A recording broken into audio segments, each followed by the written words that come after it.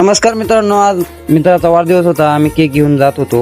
Cake घेऊन जात असताना जरा मित्राचं तोंड दाखवलं. मित्राचं तोंड दाखवल्यानंतर मग मित्राच्या मागेच चलत त्याच्या घरापर्यंत आम्ही चलत जात होतो. चलत जात असताना आम्ही दोघांचे जरा तोंड दाखवले. तोंड दाखवल्यानंतर जरा मग मित्राच्या रूम जवळ आलो होतो. मित्राच्या रूम जवळ आल्यानंतर भाऊ तर फोन लावत होता. भाऊ तर काय फोन उचलत नव्हता. मग इकडं त्याच्या रूमच्या जवळ गेल्यानंतर फोन लागला वाटतं. लागल्यानंतर मग तो येतोय असं मला सांगितल्यानंतर त्याच्याजवळ जात होतो. आला होता. त्याच्याजवळ जात असताना हाय का भाऊ तर मोबाईल मध्येच बघत होता बर्थडे बॉय. जवळ गेल्यानंतर धप्पाच केला आम्ही बर्थडे म्हणून. भावाला तर हॅपी बर्थडे म्हणून कॅमेरात घेतलं तर भाऊ लाजत होता, घेऊ नको म्हणून. पुन्हा डबल आज एकदा घेतला आम्ही तिघांनी.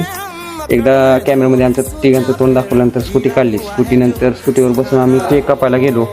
केक कापायला गेल्यानंतर सगळ्याकडे जरा ट्रॅफिक लई दिसत होती. भाऊ तर लईच कटा मारत होता गाड्यावाला. कटा मारत असताना भाऊला म्हणलं तर गाडी दमान चालव, लई फास्ट पळतोय म्हणलं तू. भावाला दमान चालव म्हणलं तर पण ऐकत नव्हता. लई भीती वाटत होती. अशी पळत होता की गाडी असं विमान पळवतोय असं वाटत होतं मला. भावाला म्हणलं इथं थांबव, इथं वाढदिवस करू म्हणलं आपण तुझा. भावाने एक चांगला लोकेशन हुडकला. इथं थांबवला गाडी. आपण केक बिक काढला इथला. केक बिक काढल्यानंतर भाऊ लई उतावला होत होता. जरा दमान घे म्हणलं. भावाला मदाकात म्हणलं आम्ही केक मध्ये बॉम्ब घातले म्हणल्यानंतर केक पासून लांब पळत होता भाऊ लगेच चाकून हळूच बघत होता. पण आम्ही म्हणलं नाही रे बॉम्ब नको घालू म्हणलं.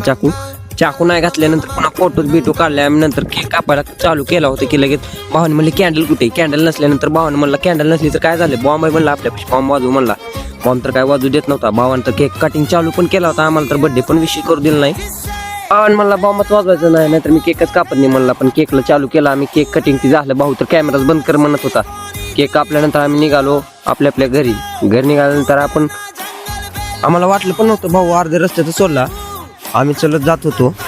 चलत जात असताना त्याच्या घरापर्यंत आम्ही चलत गेलो. चलत जात असताना बघितलं काय स्कूटी आतमध्ये लावला. तर भावांनो आजचा ब्लॉग कसा वाटला सगळ्यांनी कमेंटमध्ये सांगा.